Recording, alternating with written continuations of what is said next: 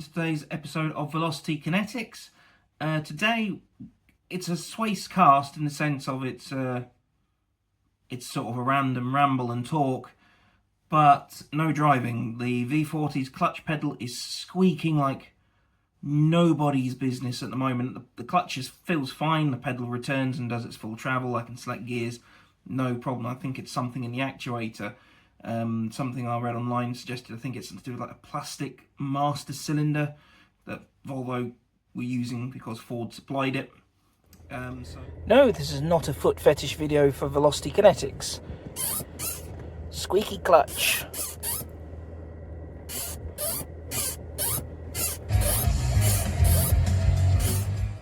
I went mental with WD-40 on it yesterday, so maybe overnight it's had a chance to permeate and free off whatever is squeaking. So we'll get to the bottom of that. But today, one of the topics I want to talk about is what I'll call the Clarkson problem. Now, before anyone goes, oh, what are you taking aim at Jeremy Clarkson for? I'm not taking aim at Jeremy Clarkson or the Top Gear trio in any way, because this video does sort of, part of this video, at least in my head, does relate to them. It's not clickbait in the sense of why I hate Jeremy Clarkson or anything like that. It's more of the problem he's created. And by that, and I'll put this here now in case I forget when I next do the next bit, because I've got my breakfast nicely waiting. If nothing else, I've just got a very nice cup of honeyed coffee that I would like to enjoy whilst it's hot. It's not anything he's done, as in it's not anything negative Jeremy, Richard or James has done. Rather, it's to do with the barrier that they set, or the bar that they set. It's a very high bar, very iconic, and if you want a bit more information or what do you mean by iconic, if you've been living under a rock, go back and see my tribute to the iconic trio. So yes, let me discuss what I mean by what I'm dubbing the Clarkson problem.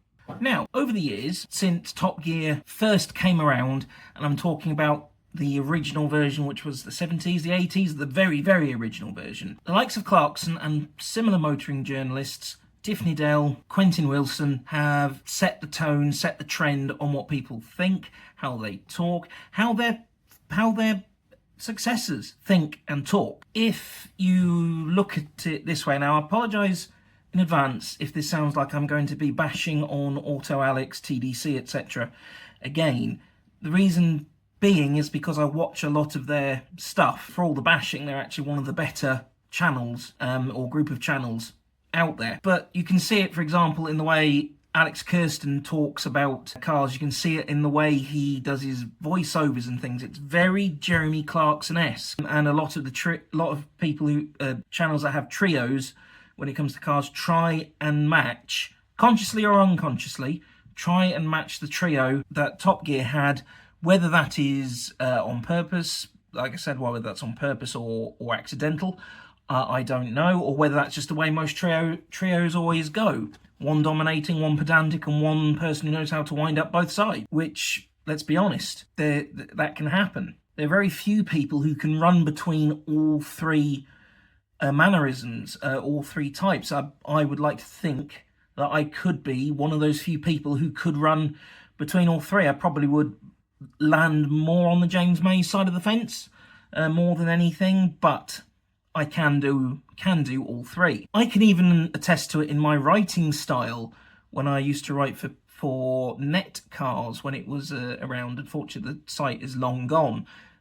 Things I used to write for it are archived on my Pure Racing Fuel WordPress blog. The way I wrote those pieces is, I'll be honest, I could sort of hear Jeremy Clarkson talking about it in the back of my mind, as in I could almost hear him reading it. I'm not going to just go into whether he was reading it, whether it was good, bad. I'd be flattered if he ever read any of my stuff, but ultimately that's how I thought, and that's how I imitated it. And in some ways, that is what I still do, or at least in my head try to do. Again, I'd probably land more on the James May side of doing things perhaps a bit monotone, a bit fussy, and so on. The problem, the Clarkson problem, is it spawned endless wannabes.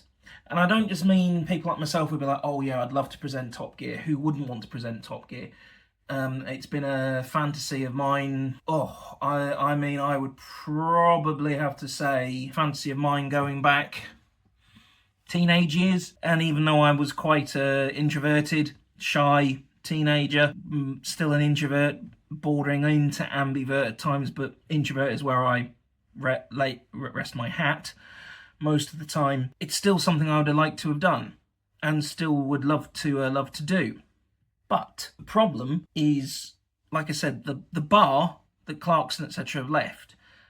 And the problem is, and I've seen it countless times in the Auto Alex videos, and I'm not going to lie, I've thought the same when I've read the comments on some of those videos. There have been comments both on Reddit and on YouTube where some people have gone, a couple of times I haven't disagreed with it. It's been like, well, the comment basically boils down to, you are not Jeremy Clarkson. And I have to agree at times with that. It'd be the same as someone commented on my videos, you are not James May, if I'd been trying to imitate or showing a lot of James May style mannerisms in a video. The thing that makes Clarkson, Hammond, May is, in their own way, for one, they've all got very distinct voices and ways of talking. But the other thing is, underneath it, they're all very intelligent people. And it's what at times has made it hard for me to remain a fan of Jeremy Clarkson all the time, because he'll say some fantastically brilliant, intelligent stuff, follow it up with something where you stood there going, Jeremy, for all your intelligence, that's assuming it wasn't a bit. That is possible. Now, the additional problem this has spawned, or at least I think it has spawned online, and because Velocity Kinetics, even from its very early days, has been trying to chase something like Top Gear-ish, even all the way back to when it was just Russ writing on his own, it wasn't as blatantly Top Gear-ish that he was trying to go for, probably more like the race, or more like some F1 analysis, which is also somewhere we've tried to push this in the past and hasn't worked. Incidentally, just so if people are thinking how long is it taking to record this, at least this bit in this shirt recorded the same day Lewis Hamilton scored his first victory for Ferrari. Fucking good job. Well done. Well deserved. Long time coming, and hopefully he gets a few more this season. Anyway, it's what I think at times is something I struggle with, and I've struggled with it when I've watched some of the Drive Tribe videos when Mike Fernie used to be in it, and some of the Auto Alex videos when I've been talking things about Top Gear. There's almost been the mentality of, I love Top Gear the most, therefore X, Y, Z. If you try and follow my logic, there was a video where I can't remember what they were doing. Was it the Overlanding series on the Auto Alex channel? And they stopped where a museum that's got some of the old Top Gear cars, like the Hilux and the Jeff Hammer I-Thrust Eagle. And I got a sense when I was watching that, because it really annoyed me, the sense I got watching that is those people on camera were the only ones allowed to love Top Gear as much. No one else could, and therefore, because they loved it the most, that's why they were on camera. I hope you can sort of try and understand the point I'm driving at. Now, anyone who's successful is going to spawn wannabes. That's just a fact, and it doesn't matter. It doesn't matter if we're talking globally successful like Clarkson, Hammond, May, or if you're talking successful in a sphere of things you enjoy. For example, I enjoy Whose Line Is It Anyway? And I've watched a lot of the newer stuff with Aisha Tyler. I don't know how many series I've watched, but I've watched a lot of it all the way up to, I think it's finished now. Certainly towards the end of its run, if it's finished, and if it's come back for a couple more things, I haven't got back into the newer, the brand new stuff, if it's still around. But when I partake in Whose Line Is It Anyway posts on Reddit, I approach it in a very much Colin Mockery, Ryan Stiles type way, because I do sort of like that. I do sort of quite like that. And likewise, when there's a similar one for Mock the Week in Scenes We'd Like to See, same principle, different program, and different comedians, but I approach it probably quite like Gary Delaney, trying to make puns, quite clever puns, rude puns, that sort of thing. So that's just comedy. And when I review cars, I try to come at it from the Martin Brundle angle. But when people go, what do you mean by the Martin Brundle angle? If you can find it, it was produced with Fifth Gear. It's years old, 2002, 2004 sort of age, where it's a video called Martin Brundle's Supercars. Basically reviews top 10, is it top 10, top 12? Supercars. And I just liked his presenting style. I love Martin Brundle's presenting style, his talking style, his knowledge, and the way he interacts. And that's the way I would lean, because I quite like that balanced, I'm having fun, but here's all the information, and this is what I'm trying to get at. And again, you see the point I'm trying to make. Doesn't matter what sphere you have, that is what you do. And let's go to Formula One. Any commentator is going to take a sip out of the cup of Murray Walker influence, because Murray Walker is the be-all and end-all when it comes to commentary. Martin Brundle did a fantastic job. David Coulthard does a fantastic job. And actually, I thought they were, after Martin Brundle and Murray Walker pairing, David Coulthard and Martin Brundle pairing, I thought were a very good pairing on the BBC. But everyone would have taken a sip out of that, and you can see it in the way Crofty does some of his commentary. You can see it in some of the way that, I can't think of his name now. Is it Will Buxton? Does some of his commentary, and sometimes with a bit of Jolyon Palmer, sometimes see it a little bit with David Coulthard as well. So every success in whatever sphere you're in is going to draw imitators. What I find so hard is how everyone thinks they've got to be X, Y, or Z. Now, if I were ever to be fortunate enough to be selected for a reboot of Top Gear, I will automatically be put up against Clarkson, because of how long he did it. I'll automatically be up against May. I'll automatically be up against Hammond. Also, quite likely, Chris Harris, because I think he was also a very good, successful one. And possibly even Tiff Needell, because Tiff was very good on Top Gear back in the day, and he was very good in Fifth Gear as well. Quite a lot of time for Tiff. I'm not trying to say people can't enjoy what they like. I'm not trying to do that at all, because whilst we might in the UK we might be enclosing in on a reform government possibly, and our politics are moving ever so slightly more and more to the right, which tells us what we should and shouldn't be thinking. I'm not going to tell people what they should and shouldn't enjoy. My dad, he didn't like Top Gear massively, but he didn't dislike it at times. He liked Hammond, he liked May. Couldn't stand Clarkson. And that's fine. That's his opinion. Clarkson in person might not like it, but again, same with anything. And I suppose I get fed up with all these online channels, forums, what have you, sort of being all holier than thou when it comes to Top Gear. But I suppose the other problem with some of it, and to be fair, Alex Kirsten has worked on it, because compared to some of his earlier narrations on videos, it's night and day different. Still not at times very good, but a hell of a lot better. You can tell by the cadence and the speaking pattern he's trying to copy the way Jeremy does it, or did it. I haven't watched Clarkson's Farm, so I don't know if he still presents in that way. And Clarkson had a couple of different ways of presenting, because when he did the Greatest Raid BBC documentary, fantastic piece of TV, and I highly recommend you watch it. He had a slightly different cadence for that as well. Still very obviously Jeremy Clarkson. He had a very different cadence for it. Still very obviously Jeremy Clarkson, but still obviously him. And it's the same with James May when he did his toy programs and Man Lab. Very obviously James May, completely different in many ways to how he is on Top Gear and the Grand Tour. I suppose what we need, what this generation of motoring journalists needs, or motoring journalist wannabes, whatever you want to class it as, and it's something that Velocity Kinetics has strived to try and have. I have no idea how successful we have or haven't been. I know some people say, well, the channel's not got many views, so hasn't.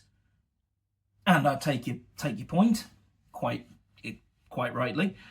But the whole point the other point I'm trying to reach at though is there's no one. Everyone's so focused on trying to be Clarkson-esque, Hammond-esque, May-esque that they're not bothering to try being themselves. So look at Rory Reid. The bits I've seen him in, not very much like Clark. There might be traits that are like the old Top Gear trio, but he is not them. Fifth Gear, Vicky Butler-Henderson. She does nothing to try and be like like Top Gear. Jason Plato, again, does nothing to imitate Top Gear. Tiff when he was on Fifth Gear and Top Gear, Tiff was Tiff, is probably the best way to put it. And, I can't remember, Johnny Smith, I think that's his name. He is his own man. And perhaps Fifth Gear never got as much recognition or praise for that reason. Yes, Clarkson, etc. have set the curve, set the standard for motoring journalism, but no one is trying to do anything different. And if we're not careful, any attempt at rebooting Top Gear is always going to be in a failure cycle, because everyone is going to be, well, it's not as good as Clarkson. And this is a catch-22. The only sort of reboot I know of that kind of worked, although I never watched it, but I heard the reviews weren't too bad, is when Top Gear USA was rebooted with a different lineup from the previous version of Tanner Faust, Rutledge Wood and Adam Ferrara. Now, those three, in many ways, are very similar to Jeremy et al., but completely different. And they set their own standard in doing what they were doing. Rutledge has a brilliant way of talking about things mechanically. Tanner Faust, I could listen some days for him for hours to the way he talks about cars and driving. And Adam Ferrara, funny as fuck, some of the YouTube shorts and Facebook clips I've seen. I hadn't seen much of his stand-up stuff prior to watching Top Gear USA, if I had seen any of it at all. I just thought it was, I know Top Gear USA was never going to catch on in the UK because that'll be a bastardisation. It'll be a stay back, we've got Clarkson. But how are we going to get a Top Gear reboot if everyone online is, if everything's going to come back to it's not as good as Clarkson, everyone online is trying to be like Clarkson. The show seems to be picking people, well, I say seems to be, I make it sound like they actually are actively doing something. There's rumours, but there's always rumours, and there's been rumours since it stopped. But they're sort of going for they're probably going to go for similar personalities. And I just find it tiring. I suppose the problem is no one new really is going to break out of whatever platform they're on, whether it's someone like myself and Velocity Kinetics running a small YouTube channel and a small written blog from time to time suddenly makes it to the big time, or whether that's someone who's already doing big-ish or middle time, finally going all the way up to the big leagues. I don't know. And like I said, some of the YouTube channels that are trying to almost pitch themselves as replacements for Top Gear, Auto Alex's channel, at times you've got Taylor, Rory and Alex all pissing around trying to be Jeremy, consciously or unconsciously, I don't know. And yes, their trio works to a point because they're all friends, but sometimes it doesn't work. And sometimes it brings out the worst in people on the various platforms. Now, what I mean by the worst, there's very few people on this planet, and I think Jeremy Clarkson is probably the only person, because I'm not even sure Hammond and May could get away with it to the same degree, whose opinion is gold. Such and such is good, such and such is bad. All hail Jeremy Clarkson. And that's not meant to be mocking. He is one of the very few people on the planet whose opinion is gold. That's it. But it's spawned a lot of people on places like YouTube who seem to think that they can do the same. And this is where I come back around to some of the Auto Alex stuff, where, granted, they've been a lot better on the BMW content recently, i.e. not very much of it. But for a time, a lot of their content, because it focused around BMW, they were like, well, BMW's the best. Piss off. And yes, I suppose to a degree, if you don't like BMWs, you don't watch their content.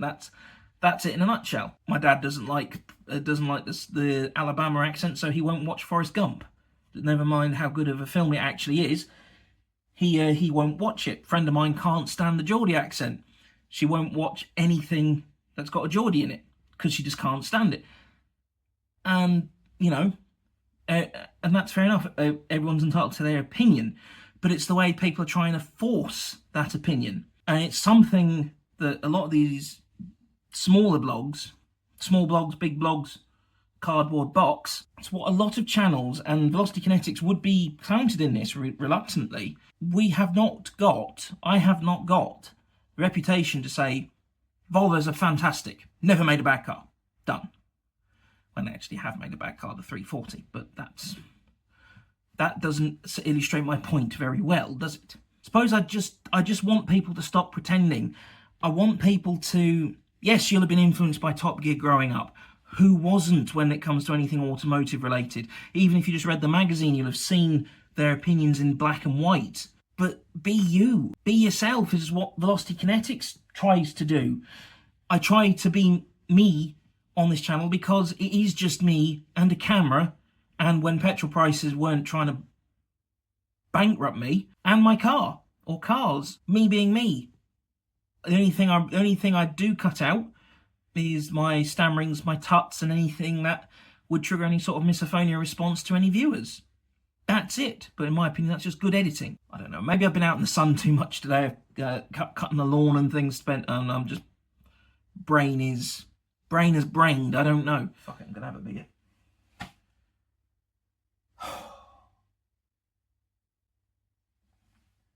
I don't know. I really don't know. And no, this isn't not me. This isn't me deciding what beer I'm gonna have. It's Adams and it's Ghost Ship. It's just whether it's Ghost Ship or Double Ghost Ship, and that doesn't mean 2 bottles. There's a flavour called Double Ghost Ship, which is extremely nice. But I don't know. I know the point I'm trying to go to, because most of these videos are not scripted in any way, shape, or form. Because I prefer to do them off the cuff, and I haven't got time. If I do have time to write a script, I then haven't got time to record them. I might have an idea as to what I'm going to talk about, but fuck it, I'm going to come back to this and see if I've thought it all through a bit better. So it's been a few days since I recorded that first bit. In fact, I believe Lewis Hamilton has won his first race for Ferrari since I recorded the first bit of this video about the Clarkson problem. I did debate in the interim, do I then do a wider swathe cast and just talk about life and things separately, but decided not to, because I realised that I think the first bit of the video was 26 minutes long, I think, in its unedited form, including introduction, so it's already quite a beefy video on its Todd.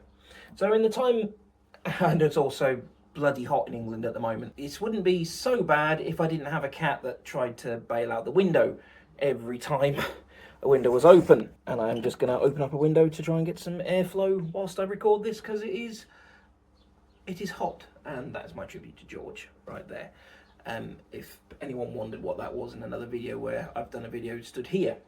So anyway, the problem is, like I said, the Clarkson problem, and it's Clarkson because it's the easiest one to tie to. Technically, it's Clarkson, Hammond and May problem. So in the time since recording that first bit, I think if I can distill my thoughts and make it all as linear as I possibly can, I think the ultimate problem simply boils down to they've built a combination of mainly 2 things. They've set such a high barrier, both if you talk about Top Gear as a program about cars when it was factual, and both when it took the turn to going to be about entertainment. The other thing as well is those 3 have had such influence over the next generation of car fans that anyone who sort of aspires to be a Top Gear presenter sort of idolises one of those 3 and mirrors themselves in some capacity, whether it's bouncing between all 3 personalities or tends to align more to one particular personality. Now this then creates a new problem, because then anyone who then comes to present Top Gear afterwards is effectively only ever going to be seen as an imitation, only ever going to be seen as someone being Clarkson-esque, May-esque, Hammond-esque, and so on and so forth. And I don't exclude myself from that. If I was fortunate enough for this to be seen by BBC producers and whoever has the rights to Top Gear to say we're going to start again, he'll do, there will be bits about how I do things that would be influenced heavily by Clarkson, Hammond and May, because I was of that age that where it was really popular, and that was the only thing apart from Fifth Gear that you could watch if you had terrestrial TV. I didn't know about things like Men and Motors, but where I lived at the time, or where that sort of started, I was in a village in the middle of Lincolnshire, and that's a village where broadband had been around 10 years and dial-up was still faster. So it should give you an indication as to how bad the reception was. And to make it worse, the house was tilting quite badly, so the main room where you would watch TV and the main chimney stack was actually lower than other bits of the roof. There was something like a 3-foot difference between, in the lounge, if I remember right, there was a 3-foot difference between where you walked in and where the TV aerials and things were, or are, because I don't know what they've done to that house in the meantime. So I suppose the TLDR, the short version, is any replacement version of Top Gear, any new version, is going to run into the same problem. Everyone's going to imitate, and in turn you're just going to have, we can make all sorts of neckbeard type jokes, although I think that relates to being misogynistic, although a thought I've had would probably bring those misogynistic comments in, as in tease the ball up, unfortunately for them. But it's not going to land well, because it will be always bring back Clarkson, bring back Hammond, May, and so on. And the bigger problem is when you look at YouTubers like, say, Auto Alex, who I've watched a lot of, and then the people who he does the stuff with, so Rory Mackay and Taylor Hetherington, they both have, all three of them, sorry, have very Jeremy Clarkson style, or I won't say Clarkson, because they do sort of bounce between the three, but they have the original Top Gear style to how they present. It was the same in the Car Throttle days. I suppose Ethan to a point didn't, because he's not a car person. So Ethan didn't tick a lot of those boxes, but he did sort of tick the sort of May Hammond style moaning. And I suppose Jack Joy didn't quite tick those boxes. So probably Jack Joy, out of most of the people I can think of online, doesn't do the Top Gear thing very, very much. If you're going to go with an all British cast for a reboot, if you're going to reboot it at all. The other thing I've thought of, which is where the misogynistic comments might potentially find themselves in, is the only female that I can think of that has been big in TV presenting for cars is Vicky Butler Henderson. And obviously in her growing up, she'll have been influenced by whatever car programs and magazines were around at the time. But I feel like when I watch her, whilst I will freely admit she is not my favourite car presenter, but she has a very own unique style. There is nothing that I can immediately attribute to being borrowed from anyone, even with working with Jason Plato and Tiffany Dell. There's nothing that I can see nothing that seems very borrowed from them, apart from an enthusiasm, which is not borrowed, that is innate. She's enthusiastic about cars. So perhaps the bigger thing is, if Top Gear was to do some sort of reboot, the way to get around the Clarkson problem is to address things in the trouser department. And that would mean having to adjust the gender of the presenters. And I don't mean a crude sex change or anything like that, or any quick jokes you could make of that nature. What I mean is rather than it being a fully male testosterone driven show, bring the female element into it, and not just in a cheap, she'll look good in a bikini, she's got a nice ass, she's got nice tits, she'll sell a lot of things if she's willing to do things for wank bags, so to speak. And I will put it that crudely, I'm not monetized, so I don't care about losing any money, but it's got to come from, I believe, a female who's genuinely interested would be the best way forwards. Whether that means you double up on female presenters, whether you turn it from a trio into a quartet or a quintet, and add more female producers.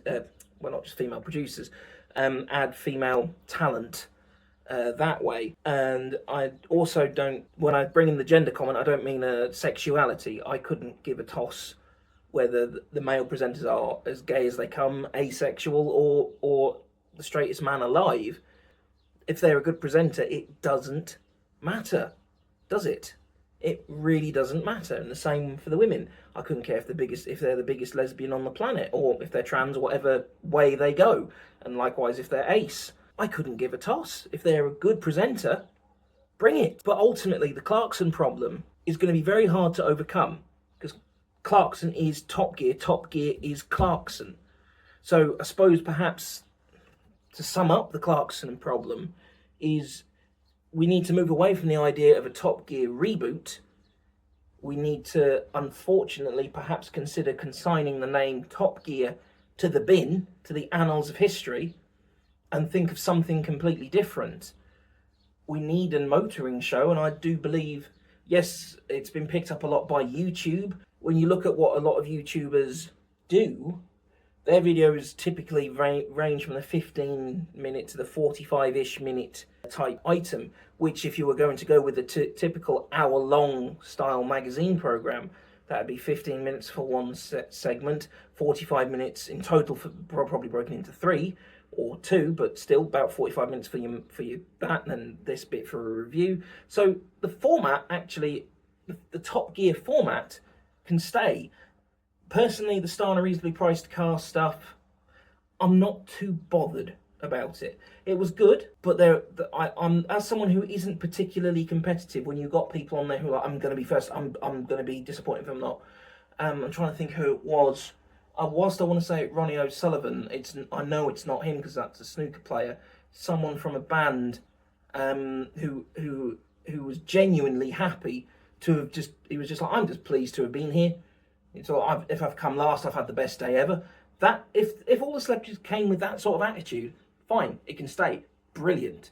The F1 version of it, with the F1 drivers, yeah, that can stay. That can become a once, twice a season type feature. And like I said, the general format of a review of something exotic, maybe a review of something mundane, a wider challenge, cheap car challenge, travel from here to there style challenge, or even things like the old public transport versus car stuff, and those videos, I have to freely say, really got me into Car Throttle.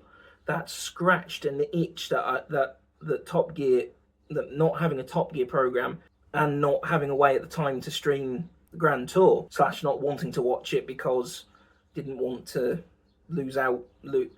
taint the memories of Top Gear that I have, or had, both, I suppose. The layout of the program is fine. Sorry, I wandered off the Jack and Ethan public transport versus Alex in a car, even including the ones where Alex had to buy a car and then get to wherever they were going. They were really good. And even on the Auto Alex channel, it was Auto Alex. Whilst there was something on all the gear, that was Ethan following Jack. I'm sure it was all main Auto Alex channel stuff. The couple of public transport versus car stuff that they did, fantastic. Or hypermiling the RX-8, brilliant stuff. That sort of content would be the main bulk. But I suppose the new problem that, and I believe this is the problem that anyone working in film and TV, and I say film because anyone who follows Foil Arms and Hog will remember their sketch of how to get millennials interested in film again, or what have you, but they're talking about making the films just super short and things. Sorry, paint's peeling on my banister and I can't not try and tidy it up. The problem is attention span. Trying to get people, perhaps the biggest problem is not necessarily the Clarkson problem in the form of Jeremy Clarkson, Richard Hammond and James May creating such a behemoth of a programme. And I suppose you've got to include the producer Andy Willman into that too. I don't necessarily think it's just that. They were also at the golden age of, I suppose, almost the golden age, the prime time, what have you, of television to be able to do it. Whereas now, if you were to sit down and say, I'm going to do an hour-long programme that's going to contain 4 segments, 2 15 to 30, 10 of 15 and a 30 and something else, break it down into a typical episode of bits. Attention span, it won't have it. And then there's all the behind the scenes stuff. you have to do. I do remember as social media started to take off, the amount of behind the scenes stuff Top Gear started to do, especially with the magazine and stuff with the Stig and extra cars around the track and things. It was quite ridiculous. The only issue I would have, for me, if I ever was to be fortunate enough to be picked up for a Top Gear style reboot, or a Top Gear reboot itself, and I'd happily be involved, no questions asked. Well, actually, some questions asked, but you know what I mean. I wouldn't look that gift horse in the mouth, even if I was only on it for one series. What a series, for me anyway. My biggest issue with that, though, is, for me, YouTube, etc., is for amateurs. Not as in to insult those who make a living out of YouTube. What I mean is, it's always got me the wrong way when I've seen things like Drive Tribe with Hammond and May raking in views, when I've seen things that Clarkson's done raking in views, when I've seen the High Performance podcast with Jake Humphrey, brilliant presenter, don't get me wrong, he was fantastic when the F1 was on the BBC, and I can't think what the podcast is that David Coulthard does, but that podcast as well, just to name those few to begin with. Their platform is big enough, they do not need a YouTube, and that would be the issue I would have, is a case of, well, if it's assuming it's BBC, it's a case of, well, the BBC's big enough, you don't need, it's a hard enough space to compete in cars on YouTube without a big name walking in and basically trouncing it because it's got the big name. But there we are. So I suppose if we try and round this video up and finish it off in some capacity, the Clarkson problem is not anything against Jeremy, James or Richard. It is not any slight against what they have done, what they continue to do, and the generations of people that they have influenced. And as I sort of detailed in my, or went through in my tribute to the Iconic Trio video a couple of years ago now, they got me through some difficult times. They helped me find some form of acceptance with how popular Top Gear was. I was trying to say how popular Kia was, or... but yeah, we'll try and do it without spoonerism.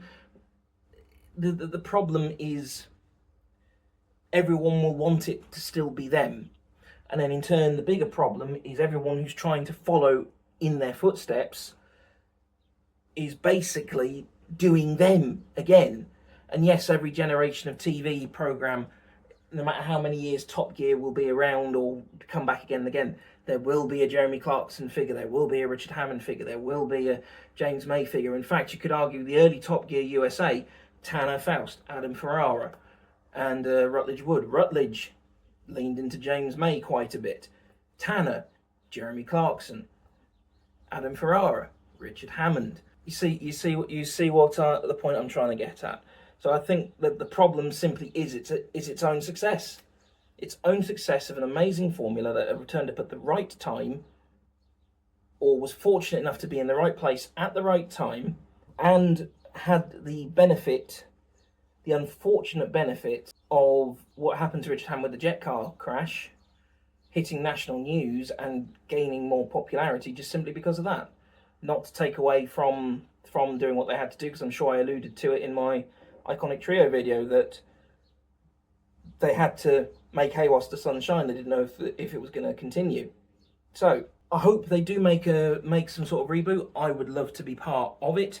Of course, anyone who grew up with Top Gear and loved Top Gear as much as I did and more would want to be part of it. And likewise, anyone who is of a petrosexual persuasion like myself and people who are bigger petrol heads than me, of course everyone will want to be involved. But I don't want to be an imitation of them.